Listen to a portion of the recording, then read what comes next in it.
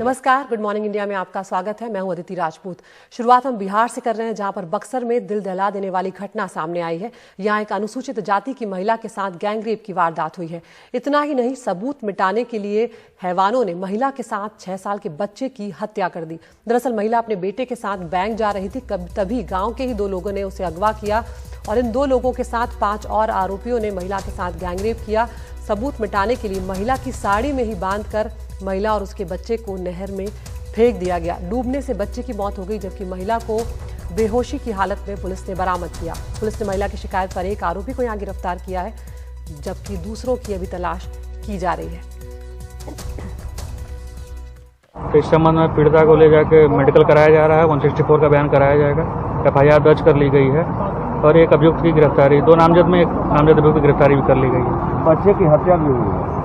उस संबंध में पोस्टमार्टम के लिए उसको भेजा गया है। हत्या कारण और मरने का कारण क्या है, पोस्टमार्टम के बाद स्पष्ट होगा। हमारे साथ जुड़ गए हमारे सहयोगी मनीष कुमार। मनीष, ये ऐसी घटना है जिसके लिए शब्द कम पड़ जाते हैं, दिल दहला देती है। क्या कुछ कार्रवाई कर रही है सरकार और प्रशासन यहाँ पे, ताकि इस तरह के अपराधों पर लगाम लगाई जा सके? देखिए, जहाँ तक अपराधों पर लगाम लगाने की बात है तो बिहार सरकार के पास, या मुझे नहीं लगता कि किसी भी राज्य सरकार के पास कोई योजना है जिससे ऐसी घटनाओं की पुनरावृत्ति पर अंकुश लग सके। लेकिन हाँ, इस घटना के बाद निश्चित रूप से जो स्थानीय पुलिस प्रशासन है वो डिनायल मोड में नहीं था, उसने तुरंत कार्रवाई की है। एक व्यक्ति की गिरफ्तारी हुई है, चूँकि 2 नामजद लोग हैं, लेकिन ये नहीं पता चल पा रहा है कि जो बाकी के 6 लोग थे उनकी अभी तक गिरफ्तारी क्यों नहीं हो पा रही है। अब से कुछ देर पहले हमने वहाँ के स्थानीय बक्सर के SP से बात की। उनका कहना था कि आज पीड़िता का बयान लिया जाएगा और साथ ही साथ मेडिकल रिपोर्ट और पोस्टमार्टम रिपोर्ट दोनों आने की उम्मीद है। उन्होंने कहा है कि जो भी इस घटना के पीछे आरोपी हैं, अपराधी हैं, उन सबकी पहचान कर ली गई है और आज शाम से कल सुबह तक सबकी गिरफ्तारी हो जाएगी। अदिति, शुक्रिया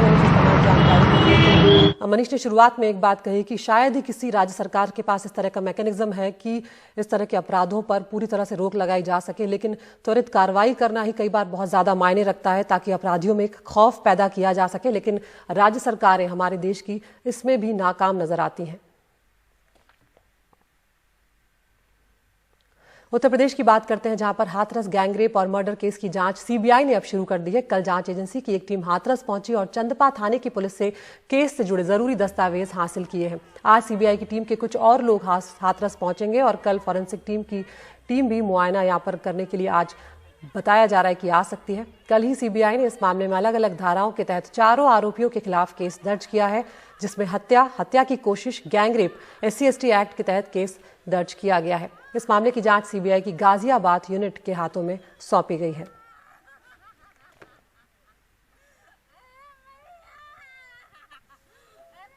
और पीड़ित परिवार का बयान अब दर्ज होने जा रहा है। इलाहाबाद हाईकोर्ट की लखनऊ बेंच में आज पीड़ित परिवार को पेश किया जाएगा। पीड़िता के परिवार का आज दोपहर हाईकोर्ट में जब बयान दर्ज किया जाना है, उसके लिए काफी सुरक्षा के इंतजाम किए गए हैं और भारी सुरक्षा के बीच उन्हें लखनऊ ले जाया गया है। आज हाईकोर्ट में जिलाधिकारी और पुलिस अधीक्षक के सामने हाथरस पीड़ित परिवार जो है वो अपना पक्ष रखेगा। आपको सुनाते हैं यहाँ पर SDM और पीड़िता के भाई का क्या कुछ कहना है।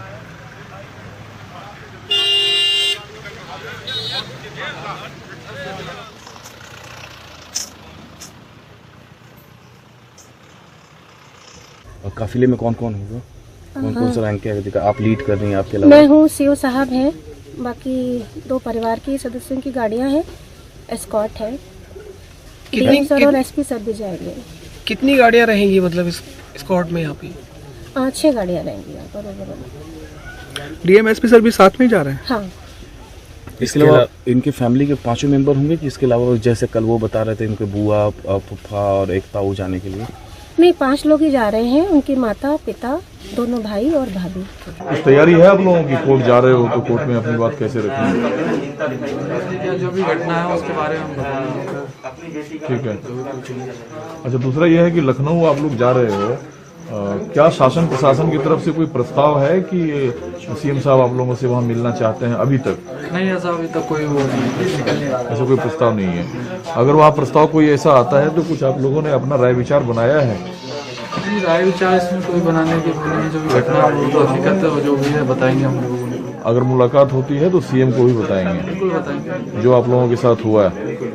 अच्छा, इतना सुबह सुबह आप लोग तैयार हैं सब परिवार जाने के लिए, तो इस तैयारी की जो वजह है वो यही है कि अदालत हो, चाहे सीबीआई हो चाहे एसआईटी हो, आप लोगों को न्याय मिले। बस यही उम्मीद है कि न्याय के लिए हम लोग जा रहे हैं और क्या कर रहे हैं। अच्छा, कोई ऐसा प्रस्ताव है कि आप लोगों से सीएम साहब वहाँ मिलना चाहते हैं लखनऊ में? ऐसा कोई प्रस्ताव तो नहीं है अभी? नहीं, ऐसा कुछ नहीं है। हम लोग कोर्ट जा रहे हैं, कोर्ट ही जाएंगे। और अगर ऐसा प्रस्ताव आया आप लोगों के सामने, अगर ऐसा प्रस्ताव आया, नहीं, फिर भी हम लोग किसी से मिलना नहीं चाहेंगे। हम लोग जैसे जाएंगे वैसे ही लौटेंगे। तो पीड़ित परिवार उम्मीद कर रहा है कि उन्हें न्याय मिलेगा, लेकिन उत्तर प्रदेश में महिलाओं के खिलाफ अपराध की जो वारदातें हैं वो थमने का नाम नहीं ले रही हैं। झांसी से खबर आ रही है, जहां पर नाबालिग ने रेप का आरोप लगाया है। उसने इस मामले में केस दर्ज किया है। नाबालिग का कहना है कि दर्जन भर लोग उसे जबरदस्ती लेकर गए, उसका वीडियो बनाया और पैसे तक लिए गए उससे। वहीं एक लड़के ने बलात्कार किया। पुलिस ने फिलहाल मामला दर्ज कर लिया है। आरोपियों की तलाश की जा रही है, लेकिन अब तक कोई सुराग पुलिस के हाथ नहीं लगा है।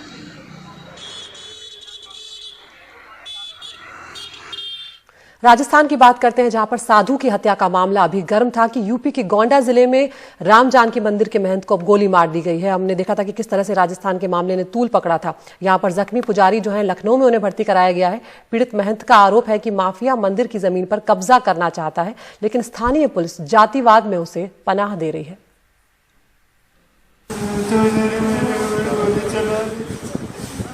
करीब 2:30 बजे रात बदमाश राम जानकी मंदिर पहुंचे और पुजारी को गोली मारकर फरार हो गए। उनकी सुरक्षा में लगे होमगार्ड सोते रह गए। पुजारी और महंत का कहना है कि एक माफिया जिसके ऊपर 35 आपराधिक मुकदमे हैं, वह मंदिर की 150 बीघा जमीन कब्जा करना चाहता है और पुलिस उससे मिली हुई है। जो भी हो रहा है प्रशासन के सह से हो रहा है, क्योंकि वहाँ का जो स्थानीय प्रशासन है उस माफिया के अंडर में काम कर रहा है। हमारी बात भी हुई थी, वो भी मैं रिकॉर्डिंग साझा करूँगा। पुलिस का कहना है कि उसने फौरन मुकदमा लिखकर दोषियों के खिलाफ कार्रवाई शुरू कर दी है। किसी दोषी को बख्शा नहीं जाएगा। संबंधित प्रकरण में इन्होंने 4 लोगों के खिलाफ हत्या के प्रयास की तहरीर दी, जिसमें तत्काल अभियोग पंजीकृत कर लिया गया है। उसमें 2 लोगों को पुलिस के द्वारा पूछताछ के लिए पिक भी कर लिया गया, उनसे पूछताछ जारी है। मंदिर के महंत का आरोप है कि पहले भी उनके ऊपर हमले हुए हैं, लेकिन जिस माफिया से विवाद है उसने उनकी सिक्योरिटी तक हटवा दी है। वो इतना पावरफुल है। हर टॉप 10 अपराधियों पे कार्रवाई की गई, लेकिन अमर सिंह के ऊपर कोई कार्रवाई नहीं की गई। ऐसा क्यों? आखिर क्या कारण है कि अमर सिंह के ऊपर कार्रवाई नहीं की गई? जैसे ही छूट के आया तो कुछ राजनीतिक दबाव बस हमारी सुरक्षा को उसने हटवा दिया। पुजारी पर हमले पर राजनीति गर्म हो गई है। कांग्रेस ने जिलेवार एक नक्शा जारी कर अगस्त 2018 से अब तक 20 साधुओं की हत्या का आरोप लगाया है और विपक्षी दल भी इस पे सरकार को घेर रहे हैं। उत्तर प्रदेश में न बहन बेटियां सुरक्षित हैं, न व्यापारी सुरक्षित है, और उत्तर प्रदेश के मुखिया संत अपने आप को कहते हैं, और उनके रहते उत्तर प्रदेश में लगातार साधुओं की हत्याएं हो रही हैं। फिर गोंडा में जिस तरीके से साधु पर हमला हुआ है, तो उत्तर प्रदेश में एक सिलसिला जारी हो गया है कि एक जात विशेष के लोगों पर हत्या करना, उनकी जमीन कब्जा करना, उनको बेइज्जत करना, एक जात विशेष के लोगों का तांडव उत्तर प्रदेश में चल रहा है। एक मंदिर की जमीन पे कब्जा जो है अपने आप में बहुत बड़ा आपराधिक काम है, लेकिन महंत जो जातिवाद का आरोप लगा रहे हैं, अगर ये सच है तो ये बहुत ही खतरनाक है, क्योंकि इससे संस्थाओं और सरकार में बैठे हुए एक जाति के लोगों से दूसरे जाति के लोगों का विश्वास टूटता है और समाज में विभाजन पैदा होता है। गोंडा में अनुराग के साथ, लखनऊ से कमाल खान, एनडीटीवी इंडिया।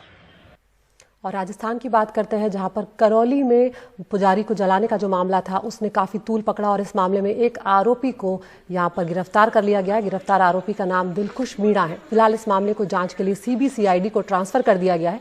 आरोप है कि 3 दिन पहले मंदिर की जमीन को कब्जे के मामले में गांव के कुछ दबंगों ने मंदिर के पुजारी को आग लगाकर मार दिया था। पुजारी आग लगने से बुरी तरह घायल हो गया और उसके बाद उनकी मौत जयपुर के अस्पताल में हो गई थी, जिसके बाद परिवार की मांग पर राज्य सरकार ने 10 लाख रुपए की मदद और एक सरकारी नौकरी देने का वादा किया है। वहीं पुलिस ने इस मामले में एक आरोपी को पहले ही गिरफ्तार कर लिया था। दूसरी ओर इस मामले में सियासत भी शुरू हो गई है। राज्य की विपक्षी पार्टी बीजेपी ने गहलोत सरकार और पुलिस की कार्यप्रणाली पर कई सवाल यहां पर उठाए हैं।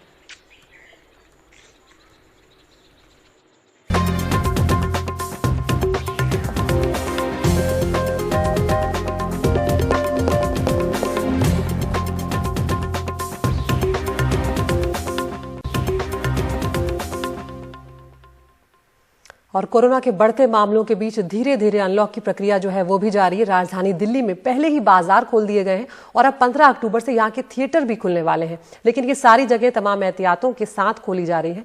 दिल्ली सरकार ने त्योहारों के मौसम में रामलीला और दुर्गा पूजा पंडाल की इजाजत भी दे दी है, लेकिन मेला, फूड स्टॉल, प्रदर्शनी और जुलूस की इजाजत नहीं दी गई है। साथ ही बिना मास्क किसी को भी कार्यक्रम में आने की इजाजत नहीं दी जाएगी। बंद जगह पर 200 से ज्यादा लोग नहीं होंगे और खुली जगहों पर नियमों के मुताबिक आने वालों की तादाद तय होगी।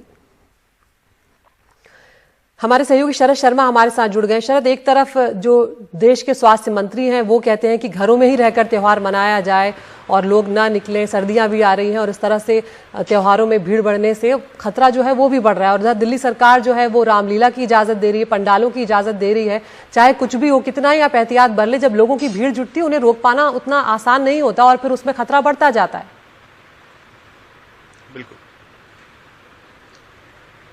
बिल्कुल, और मुझे लगता है कि बात यह है अदिति कि सरकार जो है उसको समन्वय भी स्थापित करना होता है। आपने सही पॉइंट आउट किया कि डॉक्टर हर्षवर्धन ने कल जो अपना संडे संवाद किया है उसमें उन्होंने एक अच्छा खासा समय इस बात पे जोर देने में लगाया है कि कोई धर्म ये नहीं कहता कि आप कहीं लोगों की गैदरिंग में जाइए, जमावड़े में जाइए, या आप तभी आप अपना धर्म मना पाएंगे जब आप रामलीला में जाएंगे या बड़े पूजा पंडाल में जाएंगे। आप घर पे रह के भी मना सकते हैं, लेकिन केंद्र सरकार ने ही असल में इजाजत दी हुई है कि बड़ी गैदरिंग पे जो रोक लगी हुई थी वो हटा ली जाए और उसके बाद ही कुछ राज्य सरकारों ने जो है इजाजत दी है। जहां तक दिल्ली की बात है, वहां अभी तो ये नजर आ रहा है कि जो केसेस हैं कोरोना के वो कुछ कम हो रहे हैं और रिकवरी रेट 91% पर आ गया है, जो अब तक का सबसे उच्चतम स्तर है दिल्ली के अंदर। लेकिन सरकार के ऊपर ये भी दबाव था दोनों तरफ से कि एक तो जो त्योहार और पर्व है ये धार्मिक मसला तो है ही, साथ में साथ ये आर्थिक मसला भी है, क्योंकि बहुत से लोगों की जो है रोजगार जो है वो इससे जुड़े होते हैं। तो और साल में एक ही बार ये वाले त्योहार आते हैं, तो बहुत से लोगों का ये भी दबाव था, खासतौर से बीजेपी का भी ये दबाव था कि जो रामलीला हैं, दुर्गा पूजाएं हैं, उनकी इजाजत दी जाए। तो सरकार ने इसीलिए एक बीच का रास्ता निकालते हुए एक इजाजत दी है कि आप ठीक है, आप पूजा पंडाल भी लगा सकते हैं, रामलीला भी हो सकती हैं, लेकिन मेले नहीं लगेंगे, झूले नहीं लगेंगे और कहीं भी फूड स्टॉल नहीं लगेंगे। तो जहां हम ये बात कह रहे हैं कि सरकार ने इजाजत दे दी है और कितना भी आप कंट्रोल कर लीजिए, भीड़ तो हो ही जाती है, वहां दूसरा पक्ष ये भी कह रहा है कि सरकार ने ये जो इजाजत दी है ये किसी काम की नहीं है, क्योंकि अगर रामलीला जहां पर होगी वहां मेला नहीं लगेगा, झूला नहीं लगेगा, कुल्फी चाट के ठेले नहीं लगेंगे, तो फिर ये किस तरह का मेला होगा? यहाँ पर तो कोई जाएगा ही नहीं, क्योंकि रौनक जो होती है वो इन्हीं सारी चीजों को मिला के होती है। तो अब आने वाले दिनों में हम देखेंगे कि सरकार ने जो नियम कायदे तय किए हैं क्या उनका सख्ती से पालन हो रहा है, या फिर बड़े स्तर पर अगर रामलीला होती हैं तो क्या उसमें प्रशासन और पुलिस जी शरद कामयाब हो पाएंगे लोगों की भीड़ को है कि जब स्टॉल नहीं लगेंगे, मेले नहीं लगेंगे, तो जिन लोगों की मदद का हवाला यहाँ पर दिया जा रहा है उनकी मदद आखिर कैसे हो पाएगी? शुक्रिया शरद इस तमाम जानकारी के लिए। एक ब्रेक के लिए रुक रहे हैं।